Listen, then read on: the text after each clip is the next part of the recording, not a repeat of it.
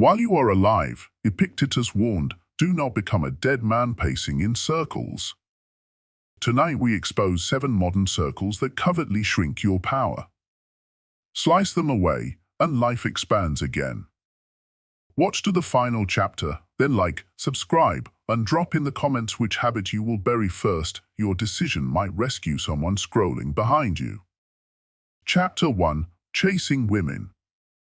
You sprint after her validation like a desert wanderer chasing a mirage, convinced that if you just pick up speed or craft the perfect emoji sequence, you'll arrive at an oasis of affection. Yet every extra stride pushes respect farther over the horizon. You double text and wait in neurotic suspense. You cancel training sessions to fit her maybe tonight window. You binge entire podcast seasons about astrology so you can slip references into conversation, hoping shared constellations will ignite chemistry that simply isn't there. You sculpt your life into a resume tailored to her tastes, forgetting that the interview goes both ways. Stoic philosophy reminds us that your deepest asset is energia, the force of directed effort. Squander it on indifferent targets and you court a slow-motion bankruptcy, a decline so gradual you barely notice ambition turning to ash. The tragedy isn't her non-response, it's the unseen opportunity cost. The hour you spend decoding passive-aggressive Instagram stories could have been 40 push-ups, 5 pages of technical reading, or a call to a mentor whose advice compounds. That cognitive bandwidth could have developed a skill that hikes your market value or deepened a hobby that recharges your vitality. Attraction flips polarity only when orbit becomes gravity, and gravity forms only around mass, character mass, competence mass, self-command mass. Nature obeys that math without exception. Massless particles don't create pull, they get scattered by forces that do. Redirecting pursuit inward is not retreat. It is strategic redeployment. Audit your deficits the way a CEO audits a quarterly report. If public speaking terrifies you, join a local group and practice until tremor turns to resonance. If your physique whispers neglect, program a training cycle and honor it like rent. If finances wobble, build an emergency fund before buying another round of drinks for someone who may ghost tomorrow. Every block of competence you stack thickens gravitational field. Ironically, when you stop chasing, genuine curiosity drifts into your orbit, not because you've mastered some new line, but because self-propelled momentum shines so bright it reveals pathways beside you. People crave forward motion, they hitch rides to trajectories that promise discovery. This shift also rewires your neurology. Chasing triggers scarcity chemistry, cortisol spikes, dopamine drips in uneven bursts, focus narrows to miniature catastrophes inside your phone. Reversing the flow floods your brain with mastery dopamine, the slow-burn reward of grinding representatives and ticking tasks. Confidence ceases to be a mantra and becomes a byproduct of metrics you can verify: pounds lifted, languages learned, revenue logged, paintings finished. The phone pings and you glance, but your world no longer shrinks to its glow. You have sets to complete, code to debug, books to annotate, work that inducts you into the fraternity of those who choose creation over craving. The Stoic doesn't exile romance. He exiles supplication. He stands in the marketplace of human connection like a forge still radiating heat from self-work. He invites conversation, responds with presence, and then continues forward. He does not audition for the role of worthy. Worthiness walks beside him in how he measures progress.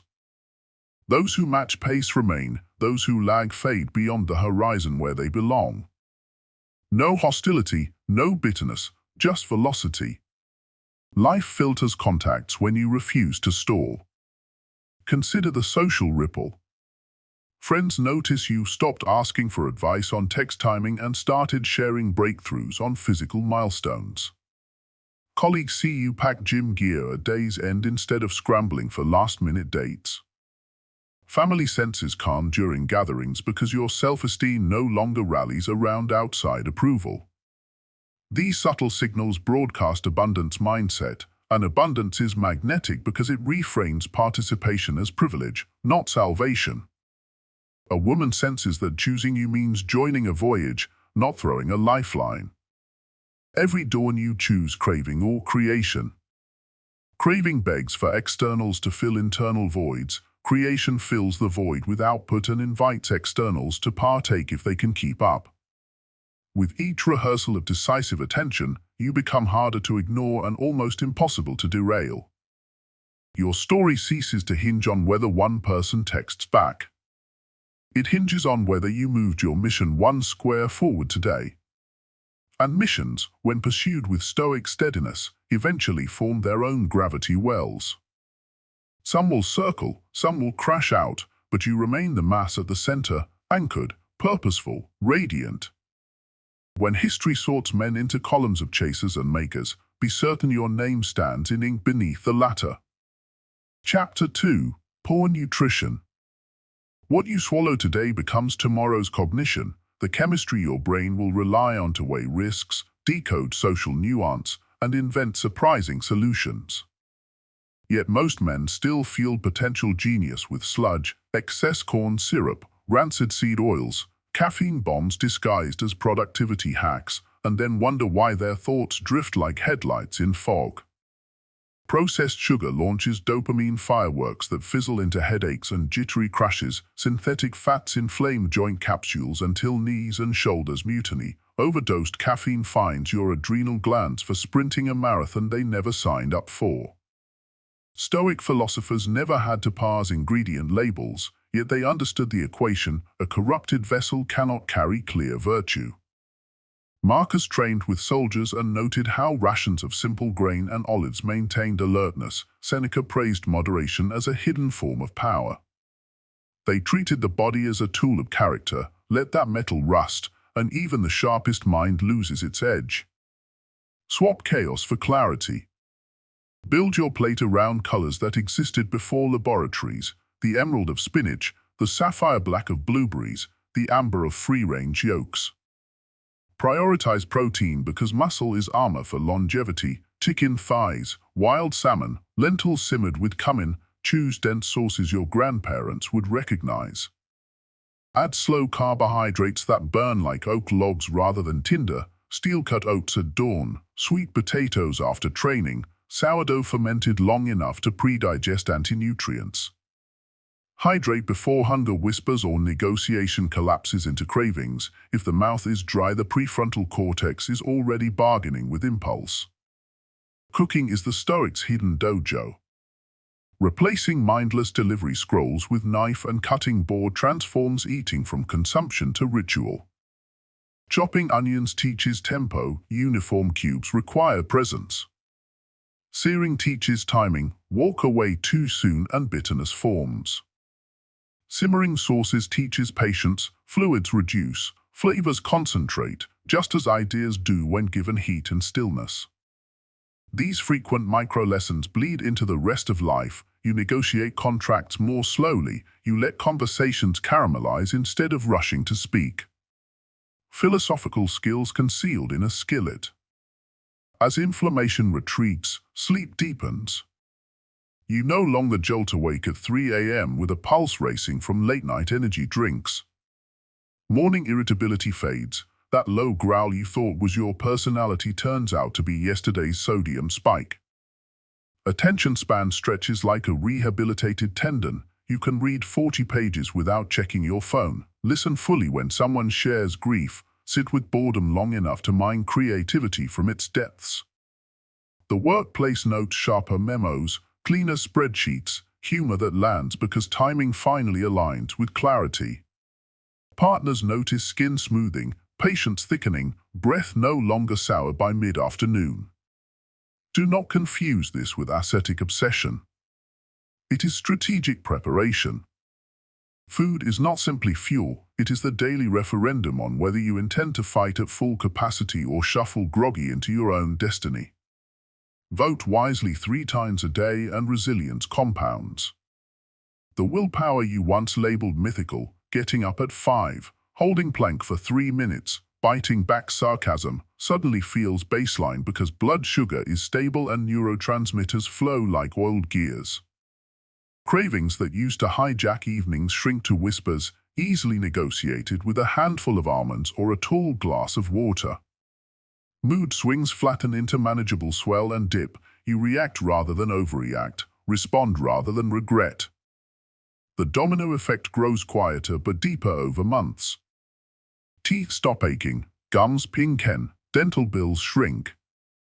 Lab markers, CRP, triglycerides, fasting insulin slide into optimal ranges, and a physician raises an eyebrow at your next checkup, impressed by change usually seen only in statin commercials. Insurance premiums drop, energy bills rise, literal calories burned in kettlebell sessions. You finally have vigor to pursue. Your social circle shifts. Weekend gatherings start featuring grilled vegetables instead of plastic cheese nachos because your new standard silently invites others higher. All of this from food. No new app, no expensive mastermind, no secret macroeconomic lottery. Just the discipline to ask before each bite, will this sharpen or dull the spear I carry into today's battles? When the answer is honest, choices simplify. You grow strong where you once felt victimized by cravings, strategic where you once felt random, and capable of standing taller in the marketplace, the gym, and the kitchen alike. Eat with intention, and you'll discover Stoicism begins not in marble forums but in the soft tissues of the gut, whispering upward to the brain, we are finally ready for greatness. Chapter 3. Victim Mentality. He insulted you, they passed you over, the algorithm buried your work, your parents didn't equip you with tools, your ex shattered trust. Yes, these things happen. Injustice is real. Life delivers bruises with no apology and often no warning. But wearing that injustice like a permanent uniform pins you to the bench of your own life. The initial blow may not have been your fault, but remaining down is a choice dressed in costume. Victim mentality doesn't just catalog what's gone wrong, it builds a shrine to it. It converts real external blows into internal prisons, and while the cell door remains unlocked, the narrative convinces you the handle is fake. You stop trying. You stop stretching. You start believing the story over the facts. Stoic doctrine slices this illusion with clarity. Epictetus taught that it is not events that disturb us, but our judgment about them. A layoff is an event, I'll never succeed is a judgment. A breakup is an event, I'm unlovable is a judgment. One is data. The other is interpretation, usually poisoned by fear and lack of self-discipline. Train yourself to dissect every complaint with a scalpel, not a sponge. Every morning, perform an audit. Which part of my frustration is undeniable fact, and which part is my emotional story clinging to it for comfort?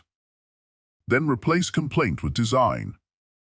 If your boss is unfair, that's not a cue to stew or gossip, it's a sign to master new skills until you are more valuable to a broader marketplace than he is to you.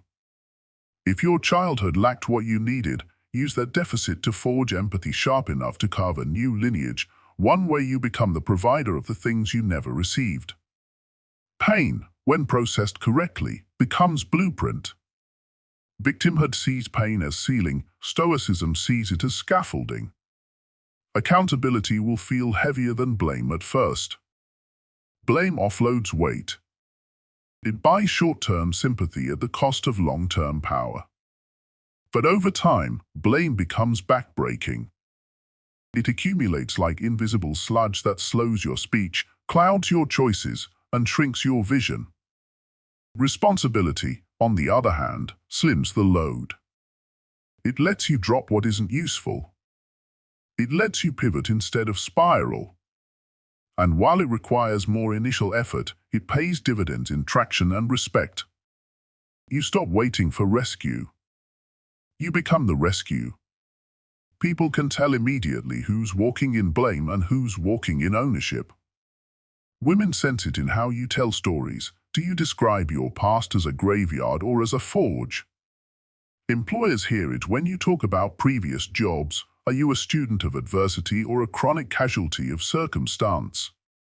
Children feel it in your energy. Are you always one wrong moment away from another rant about how life isn't fair? Or are you building something even when resources feel scarce? Victimhood demands caretakers. Ownership recruits collaborators. One repels, the other attracts. Victimhood sends the signal, I need you to fix this for me. Ownership says, I'm already working, join me or move. The difference determines the quality of your tribe, your income, your intimacy. People want to follow a man who accepts what happens without surrendering to it. They want to partner with someone who transforms pressure into strategy, who understands pain but refuses to kneel before it. If this sounds harsh, good. Stoicism was never built for comfort, it was built for power. And that power begins with ruthless self-honesty. Ask yourself right now, what part of my story have I made permanent that was only meant to be transitional? What am I still blaming that I haven't tried to outwork, outlearn, or outgrow? Then do one thing today that proves the story wrong. Enroll in the course. Apply for the job. Apologize to someone you ghosted. Say no to the excuse and yes to the challenge. One act of responsibility shifts your posture. And posture, as we've learned, speaks before words do. No one gets out of life untouched by tragedy, betrayal, or loss. But Stoicism gives you the shield and the sword. You can absorb a hit and still step forward. You can acknowledge the storm and still sail into it. The man who owns his reality, not just the good, but the broken, the flawed, the unfair, is the man who becomes impossible to ignore. He doesn't talk like a victim, he doesn't walk like one, and he certainly doesn't build like one. And as he moves forward, others, worthy others, follow. Victimhood is a story that ends with why me? Ownership is a story that begins with watch me. Choose your storyline. The audience is already watching. Chapter 4, Reckless Spending. Swipe, tap, cart, confirm. Each motion feels like a small conquest, a burst of dopamine masquerading as progress, while your net worth quietly bleeds under the bandage of instant gratification. You bankroll ego on a revolving line of credit, sneakers engineered for limited drops, surge-priced rides because walking is wasted time, cocktail rounds that vanish like foam yet linger on the card statement long after the buzz fades. These micro-indulgences pile up like hidden interest, and each impulse purchase echoes Seneca's warning, poverty isn't determined by how little you have but by how much you crave. Every reckless dollar mortgages hours of future freedom. You will work longer, beg harder for promotions, and compromise sooner on principled decisions simply to service appetites you barely remember feeding. The algorithm doesn't care about your dreams, only your data. It learns that you impulse buy around midnight and therefore seeds your feed with flash sales at 11:45. It observes you tap for coffee on stressful afternoons and doubles down on buy one get one ads when your calendar blacks out. Without conscious resistance, you become a marionette whose strings are interest rates and reward points. The tragedy is not the money lost but the agency surrendered. Reckless spending is deferred obedience to future debt collectors. The Stoic strives to obey reason, not visa. Flip the script, pay yourself for patience. Institute a mandatory 48-hour cooling-off period on any non-essential buy. Drop the item into a wish list, set a reminder, and walk away. Most cravings expire unnoticed, and the few that persist reveal genuine utility or mindful pleasure. Automate transfers on payday to an account labeled Choices. Not savings. Choices. Because compound interest is freedom accruing in silence, and liquidity is the lever that bends circumstance to your will. When a loved one gets sick, when a business idea sparks, when a global flight sale appears, cash on hand converts potential into action. That capability underwrites your confidence more powerfully than any logo stitched onto leather. When you do purchase, buy quality that outlives trends. A handcrafted boot priced triple the fast fashion pair yet lasting a decade is Stoic frugality, not stinginess. It honors the material, the craftsman, and your future schedule by reducing replacement errands. The same applies to cookware, tailored blazers, tools. Choose objects that become silent partners in your mission, not constant distractions demanding repair or replacement. Over time, you curate an environment where each possession earns its shelf space, a room of allies rather than clutter. Track spending like representatives in the gym. Numbers don't lie, but they do reveal weaknesses that need training. Monthly review shows the calories of cash burned on subscription creep, novelty decor, impulse streaming rentals. Cancel, consolidate, redirect. If the process feels dull, remember that boredom is the mind's nicotine craving for stimulus, financial discipline is its patch. Endure the unease and emerge into clarity. The reward is not merely a fatter account balance but a quieter mind. Decisions made from surplus resonate authority.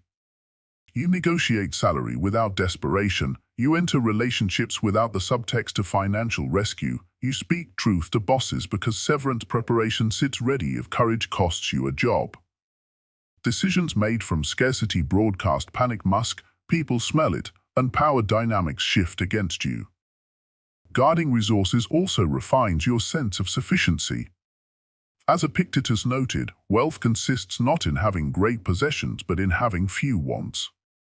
By curbing impulse, you rediscover the joy of anticipation. Waiting transforms acquisition into ceremony, reading reviews, imagining uses, saving deliberately. When the day arrives to purchase, the item carries narrative weight, not shame. You appreciate rather than accumulate. Financial discipline becomes a flex precisely because it's invisible until you need it, and then it's the only muscle that matters. Friends marvel when you fund a spontaneous trip in cash. Partners trust you with long-range plans because you've demonstrated delayed gratification in small ways, skipping daily lattes but investing in an espresso machine that pays for itself.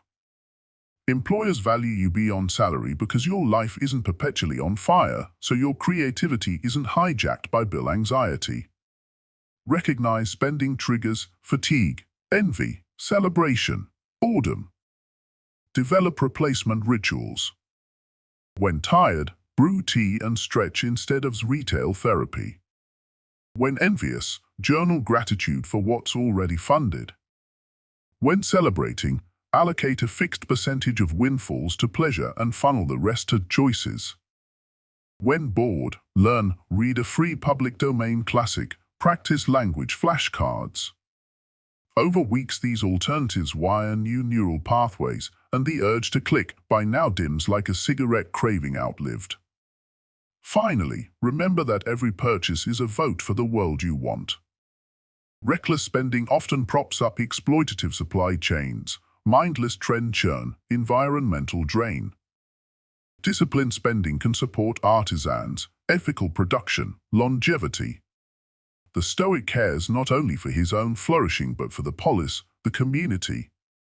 So the next time the cart tempts you with a countdown timer and confetti GIF, inhale, exhale, and picture your 60-year-old self reviewing today's ledger. Will he thank you or scold you? Choose the path that earns his respect. Your freedom is compounding in silence. Protect the principle by refusing to swipe away tomorrow's sovereignty for tonight's dopamine flash. In doing so, you join the rare ranks of men whose wealth is stealth, quiet, steady, and ready. Chapter 5: Sedentary Lifestyle. Your ancestors crossed deserts, scaled mountains, and rode against tides with nothing but hunger and hope in their guts. Their survival depended on movement, raw, regular, and unforgiving. Today, you travel from bed to chair to couch, legs folded under you like wires you've forgotten how to use. Movement has become entertainment instead of necessity. You swipe past videos of fitness influencers you don't emulate, marvel at athletes you won't mimic, and convince yourself that scrolling through motion substitutes for doing it.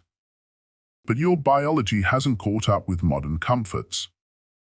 It still demands movement. When you deny that need, your body doesn't just soften, it starts to break. Lymph stagnates, joints stiffen, hormones misfire, and your mind begins to fog over like a mirror untouched by clarity. Muscles invented serotonin eons before pharmaceuticals. Contraction clears the bloodstream of stagnation. Impact sends a chemical memo to your nervous system: we are alive and adapting. The Stoics understood this long before science caught up. They didn't separate mind and body, they trained them as one vessel of virtue. Seneca walked miles to court. Marcus Aurelius led armies on foot. They knew that physical neglect compromised philosophical practice. A sluggish body is a ball and chain on an agile mind. You cannot meditate clearly in a broken chair, and you cannot reason clearly in a body that aches from idleness. You must start small, but you must be relentless. Begin with 10 push-ups before coffee, 5 pull-ups after your morning check-in, a 20-minute walk before you open your inbox, and another after the final Zoom ends. These aren't workouts, they're declarations. Each rep is a vote cast in favor of being alive. Progressively overload that vote. Add resistance. Add complexity. Let sweat become the ink that rewrites your internal story from I don't move to I cannot imagine not moving. Your body doesn't care how aesthetic your training is. It only cares whether you showed up. Exercise is not cosmetic, it is kinetic prayer. It's gratitude made visible in the form of sweat, repetition, and breath control. It's how you tell the universe you're still participating. You don't need a gym membership to reclaim movement. You need floor space, gravity, and a spine willing to hold itself accountable. As your blood oxygen rises and your VO max improves, your energy skyrockets. Your tolerance for stress grows. Your patience thickens. Your mood stabilizes. The floor of your mental health lifts beneath your feet like a tide. The risk of depression plummets not because you chased a dopamine hit, but because you earned it through lung burn and discipline. You become a man whose reflection no longer haunts him with almost. Instead, your reflection nods back with quiet respect because it recognizes effort, even when the gains are still beneath the surface. And yes, the mirror changes. Muscle density increases. Shoulders rise. Skin clears. Your presence shifts even before the numbers on the scale or the barbell do. Because what changes first isn't the physique, it's the posture. Not just of body, but of intent. People feel the shift. You speak slower, grounded. You shake hands firmer. You sit taller not to appear confident, but because confidence has moved in and rearranged your structure from the inside. Let this become non-negotiable. The gym is optional. Movement is mandatory. This is hygiene for your nervous system, your hormones, your focus. It's a cleanse of digital fatigue, a purge of excess cortisol, a restart for your primal operating system. Do it daily, even when you're tired. Especially when you're tired. Tired is not an excuse, it's the invitation. Because every movement you make while fatigued is a signal that says I don't betray myself when it's hard. And soon, life's heavier loads, stressful weeks, hard conversations, personal loss will feel suddenly liftable. Not because the world changed, but because you did. The man who moves every day, without needing mood to grant permission, becomes the man who can carry more mentally, emotionally, spiritually. Movement isn't a side quest, it's the main engine. Without it, no philosophy, no ambition, no intimacy survives. With it, all of them thrive. So tomorrow, before excuses brew, drop to the floor. 10 push-ups. No fanfare. No Instagram. Just you, your body, and the man you refuse to let fall asleep in a chair. Stoicism begins when the body rises with purpose and walks out the front door ready for its own war. News. And never stop moving. Chapter 6, Mindless Scrolling. Every thumb flick trades your present agency for a few borrowed drops of dopamine. Each swipe is a tiny surrender, a quiet handoff of your sovereignty to algorithms designed not to serve you, but to farm you. Minutes evaporate, posture curls, attention fragments. Your goals fade into background static as the feed scrolls on without resistance. And though your body sits still, your mind is pulled through 1,000 images, opinions, and headlines that you neither chose nor truly processed. What you called relaxation is really disorientation, tethering your thoughts to an foredrip of manufactured novelty. You're not resting. You're leeting. Social feeds are not neutral tools, they're engineered slot machines. The infinite scroll mimics the unpredictability of casino reels, offering intermittent rewards that hijack your brain's reward circuitry.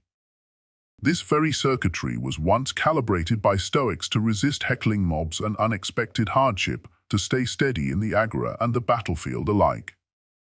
Today, it's trained to salivate at likes, to panic at silence, to chase new posts with the same twitch once reserved for danger. The algorithm doesn't care what you consume. It only cares that you can't stop. Stoic practice demands audit, not just of behavior, but of its hidden cost. Audit your digital ranch.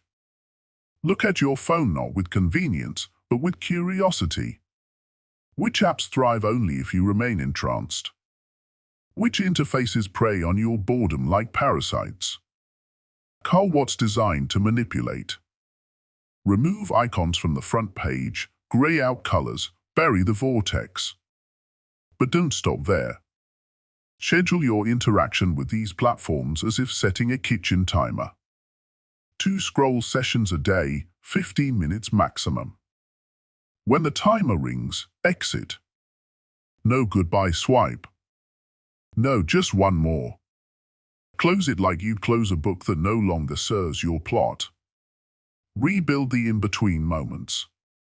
Replace reflexive reach with intentional presence. Carry a pocket-sized book, read 1 page of meditations while in line. Use language flashcards instead of Instagram during your lunch break. Look out windows, not into glass rectangles. Let your eyes recalibrate to real depth, trees, birds, the texture of sunlight on bricks. Your vision was not evolved for lead saturation, it was forged to follow movement, to track shape and stillness in the horizon. Give it the food it needs, not the flickering sugar it's grown addicted to. Attention is your sharpest weapon.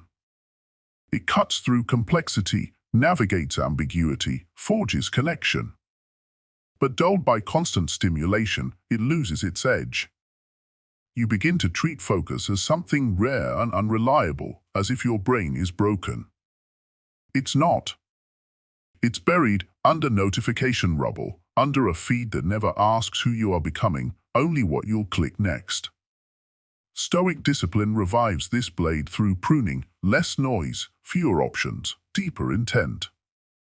You don't need to escape technology. You need to retake command. Watch what happens when your attention sharpens again. Tasks once labeled impossible to focus on, reading long form, deep work, extended listening, become natural again. Boredom transforms into ideation. You stop needing constant input because your mind regains its capacity to create output. Conversations become richer. Meals stretch longer. Nature begins to whisper again because you've lowered the volume of synthetic stimuli enough to hear it. You'll begin to feel presence return like muscle memory. At the dinner table, you notice her choice of words instead of glancing at the phone. On a walk, you smell jasmine and wet pavement, not your own thumb sweat. In a meeting, you remember your point without rereading notes twice. Each regained moment compounds like compound interest, small at first, then exponential. Mindless scrolling is not a flaw of modern life, it's a design. Your job is to design your way out. You do that by setting gates where there used to be holes, time blocks where there used to be drains, presence where there used to be avoidance. You become rare, not because you meditate on a mountaintop, but because you look someone in the eye for 10 uninterrupted seconds without checking a pocket. Every moment you withhold from the scroll is a seed. Plant it in something real, a business, a body, a book, a bond, and watch your life stop feeling like background footage and start feeling like something authored. The Stoics weren't obsessed with time because they feared death. They revered time because they knew what most men never learn: your attention is your life. Waste it, and your life will feel wasted. Command it, and even silence will feel rich. So stop trading it for flickers. Reclaim your scrolls and give those seconds back to purpose, to presence, and to power. Chapter 7. Alcohol. Society toasts toxicity with crystal glasses, brands it as celebration, and sells it as sophistication. But underneath the clink and charm, alcohol remains a solvent, a chemical that dissolves things. It dissolves ambition until goals feel optional.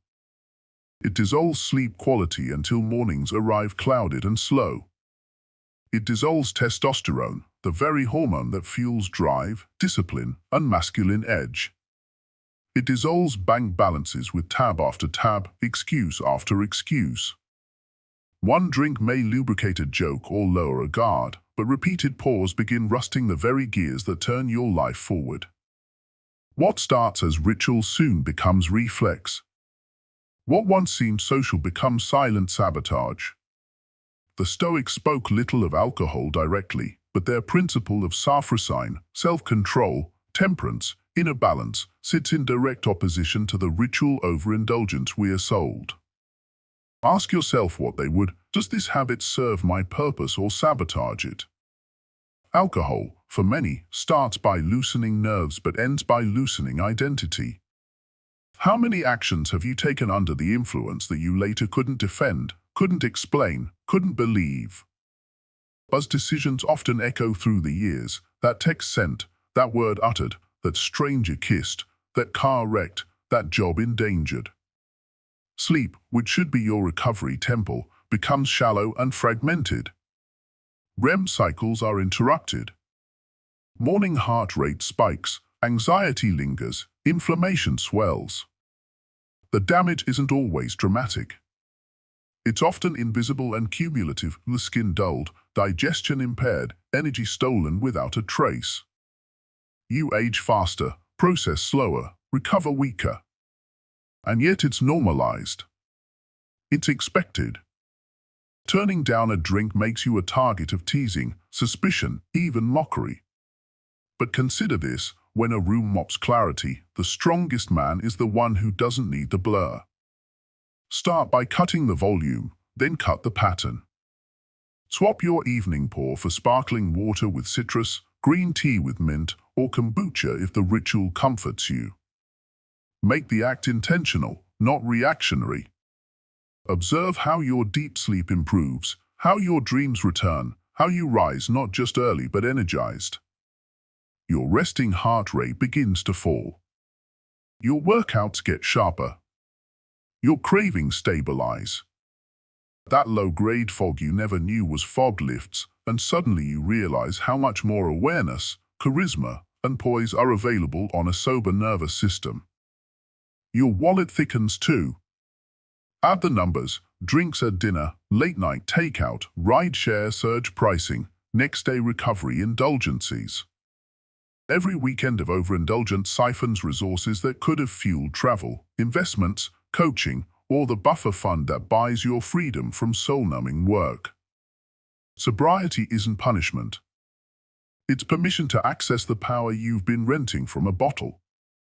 Social confidence, long outsourced to ethanol, returns from exile.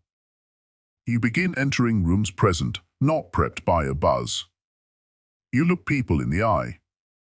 Your charm flows not from chemical looseness but from grounded presence. You're no longer waiting for drink number 2 to feel social.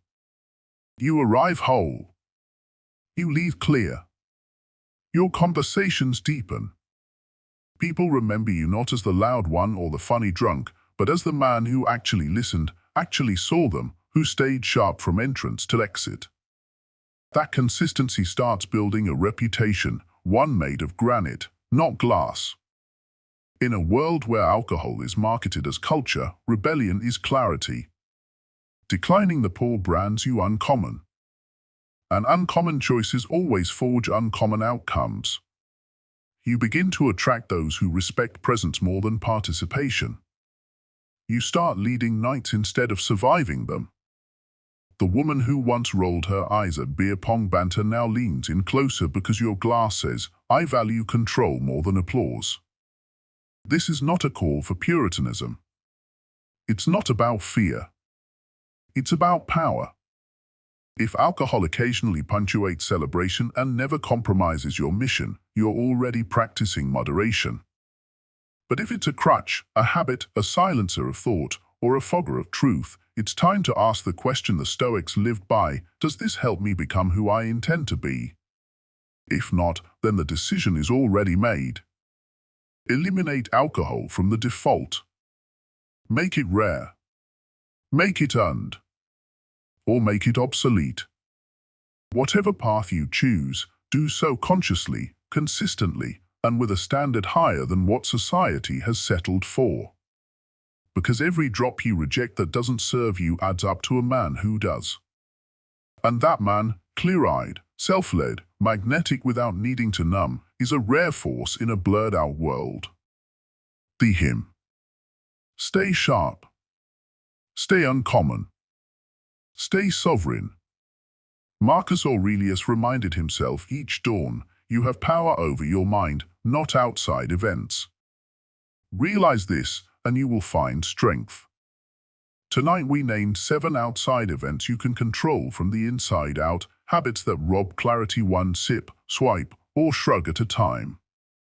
Pick the single habit that hit you hardest, write it below as a public promise, and let the rest of us hold the line with you. Tap like if the truth tightened your spine, subscribe so the next Stoic drill lands in your feed, and share this episode with a brother still asleep in the cycle.